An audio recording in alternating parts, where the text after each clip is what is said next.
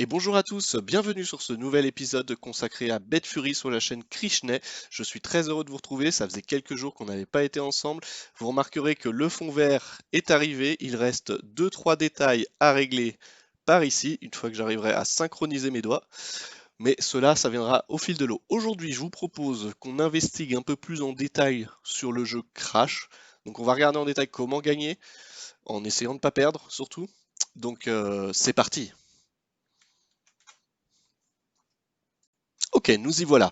Donc j'ai attendu un petit peu avant de passer directement sur Bad Fury, pour la simple et bonne raison que pour pouvoir jouer à Crash, il faut faire très très attention à l'historique que vous retrouvez ici.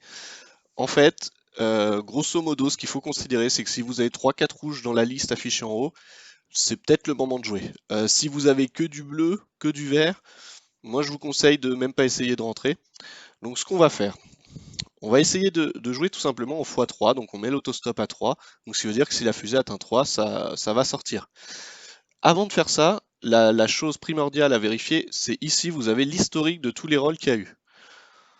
Donc regardez en fait quand est-ce qu'a eu lieu le dernier rôle jaune, c'est-à-dire supérieur, si je dis pas de bêtises, à 20. 20 ou 25. Donc là, a priori, il n'y en a pas eu depuis un moment, mais il y a eu quand même des x10, x17. Mais je pense que ça peut être un bon moment de un bon moment pour rentrer dans le jeu. Donc là, hop, on va se mettre en manuel. Je vous conseille pas de jouer en automatique, jouez plutôt en manuel.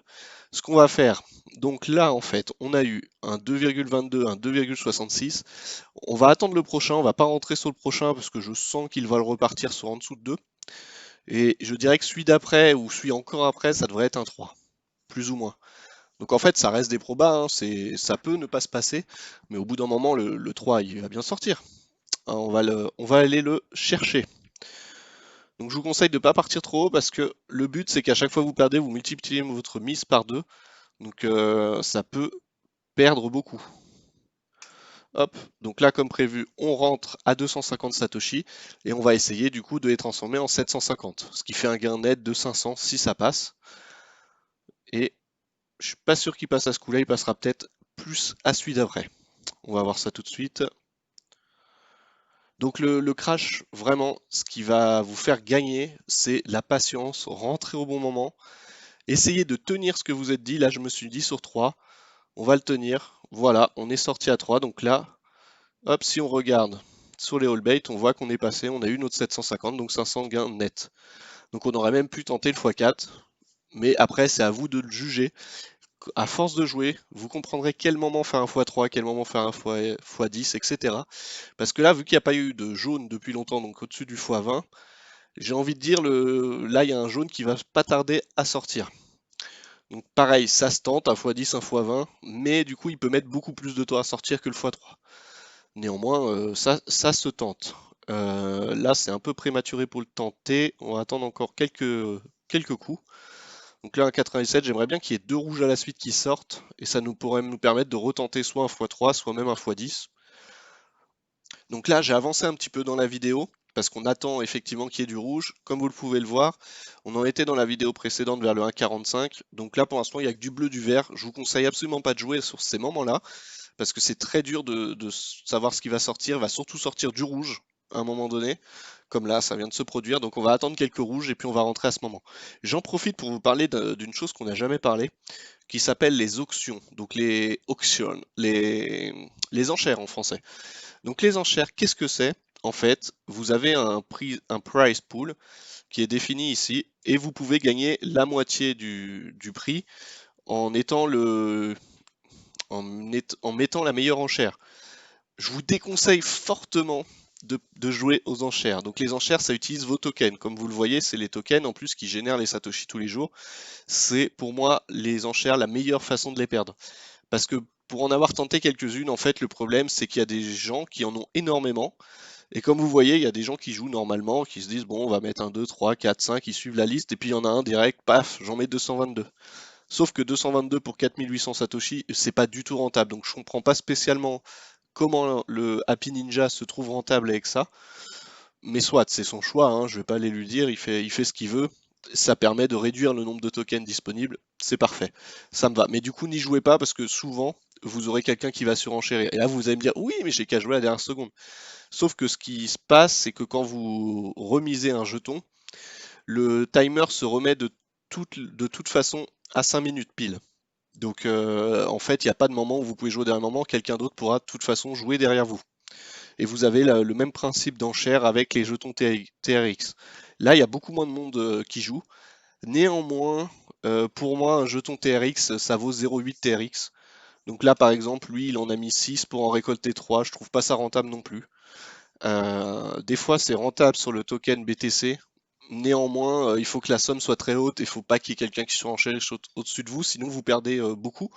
Donc vous allez me dire, oui, il y a 50% pour le premier. En fait, sur ceux d'après, on peut le voir ici, il y a les explications. Que du coup, le deuxième, il a 15%, le troisième, 5%, et de 4 à 10e, ils vont avoir 20% divisé par 6. Donc voilà, c'est une technique qui se sert en fait pour brûler les tokens, pour pas il y en ait trop. Donc là, on s'en a déjà brûlé 7 millions. Donc au fur et à mesure, normalement, une fois que le nombre de tokens minés aura été le maximum, on devrait réduire le nombre de tokens et commencer à être encore plus rentable sur le stacking. En tout cas, c'est comme ça que je le vois. Donc là, pendant qu'on parle, on a vu qu'il y avait deux rouges. Donc effectivement, on aurait pu rentrer avec notre petit x3 derrière. On l'a pas fait, c'est bien dommage. C'est le problème de parler. Hein, je suis désolé, je parle, je parle, je parle.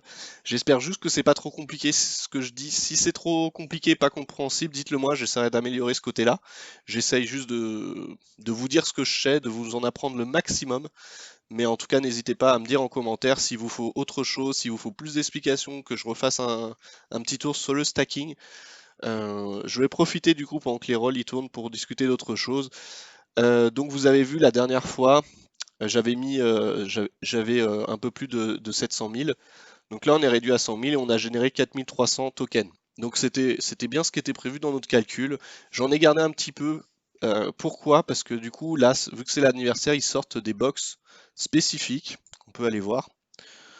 Hop. Donc là, c'est toutes les box en fait, je les ai achetées. Il y en avait à différents prix. J'ai pas acheté celle du rang 3 parce que je ne suis que rang 2. Mais comme vous pouvez le voir, j'ai pas mal de box. Donc j'ai pas mal utilisé aussi mes Satoshi pour prendre les box qui me rapporteront du coup certaines 10%, d'autres 15%, d'autres 30%.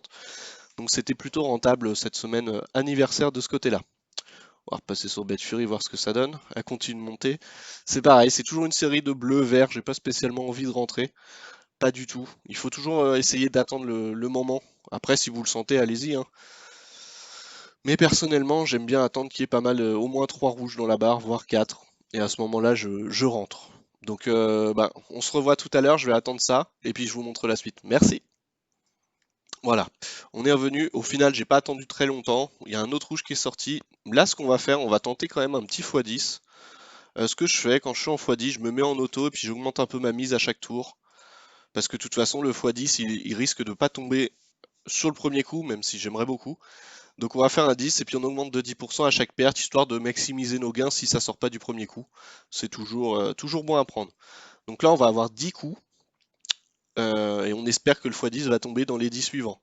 J'aurais pu tenter le x20 ou le x50, mais on va s'arrêter au x10. Tout simplement, on testera plus tard un petit au-dessus pour le défi, on va dire. Mais le maximum que j'ai fait, je crois que ça doit être x19, ce qui était déjà très très bien. Très très bien. Donc là, comme on peut le voir, là, si vous jouez en manuel, vous auriez pu même sortir à x5, x6. Mais bon, c'est tout, vous savez jamais où ça va s'arrêter, c'est bien le problème. Donc nous, on continue, hein. Là, il y a pas de, on attend un rouge, etc. On va tenter le x10. Il sort pas nécessairement après un rouge. Même d'ailleurs, il sort rarement après un rouge. Il sort plutôt après un x2, x4, x6. Donc on va voir là ce que ça donne. Après, ce que je vous dis, ça reste complètement random en fonction du jeu. Donc bah, j'espère que ça va marcher. Donc on peut voir notre mise qui est passé de 250 à 275 et là qui va passer du coup à 302. Parce que quand vous augmentez de 10% à chaque tour, vous augmentez pas de 10% de votre mise initiale, vous augmentez 10% de la mise. Donc c'est un petit peu embêtant dans un sens qu'on puisse pas faire autrement. Donc là il y a eu de rouge, bon on va peut-être réussir à obtenir quelque chose. Mais en gros à chaque fois c'est 10% d'augmentation de la mise du tour précédent. Donc ça peut monter très vite, c'est pour ça que j'ai mis que 10%, parce que j'ai pas non plus, si ça marche pas sur les 10 lancers, j'ai pas non plus envie de perdre 50 000 Satoshi pour rien. Donc c'est parti. Alors, là j'ai envie de dire, après, si vous suivez le début de la vidéo, enfin si vous avez suivi, ce qui est le cas, si vous êtes là, c'est que vous avez suivi le début, non? Euh, Là, après deux rouges, on tenterait plus un x3, etc. Mais comme je vous dis, vu que le x20 n'est pas sorti depuis longtemps, on reste sur nos positions, on campe sur nos positions, et on va voir tout de suite ce que ça donne. Donc n'oubliez pas, pour ceux qui sont rang 2, que pendant la semaine anniversaire, vous pouvez utiliser la petite roue. Donc là, je pourrais réessayer dans 1 heure. Jusqu'à maintenant, j'ai eu que des petites choses, mais bon, comme je vous ai dit, hein, c'est gratuit, il n'y a aucun problème. N'oubliez pas non plus qu'il y a la box gratuite qu'il faut récupérer, que vous pouvez récupérer toutes les 20 minutes, sachant qu'en plus, elle est montée à 75 Satoshi pendant la semaine anniversaire. Hop, parfait, c'est ça de prix. Hop, on repart sur notre fusée. Alors, est-ce qu'on va enfin atteindre le x10 tant espéré, ou va-t-elle exploser avant? Pour moi, si elle dépasse le 10, elle atteindra facilement le 20. Donc on aurait même pu tenter le 20. Donc elle a atteint le x10, donc voilà, j'ai obtenu mes 3660 Satoshi, sachant que du coup j'ai perdu, si je dis pas de bêtises, 4 fois avant. Donc tac, si on regarde en tout ce qu'on a perdu, on a perdu 250, 275, 302, 332, pardon, pour gagner 3660. Donc comme je vous dis, hein, une fois qu'elle passe le x10, sachant qu'il n'est pas sorti depuis longtemps, c'était à peu près sûr qu'elle aille aussi haut, x50. Je ne l'ai pas tenté, c'est dommage. On le tentera dans une prochaine vidéo. Voilà, c'est ce que je voulais vous montrer sur Crash. Donc il y a moyen de faire des choses. Ça reste complètement aléatoire, mais avec de la patience, ce qui est le plus dur, parce que Crash c'est vraiment très long. Vous pouvez obtenir facilement doubler, tripler votre mise. Donc voilà, en tout cas, ne jouez pas tout d'un coup, jouez progressivement, jouez tranquillement, il n'y a aucune pression. Et puis on se retrouve à la prochaine vidéo. Ciao!